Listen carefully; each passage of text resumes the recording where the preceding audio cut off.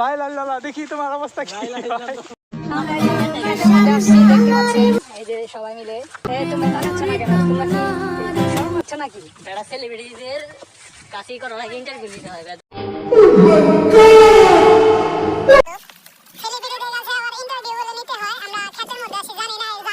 আপনারা বলেন সেই সুন্দর একটা জায়গা মনে কারো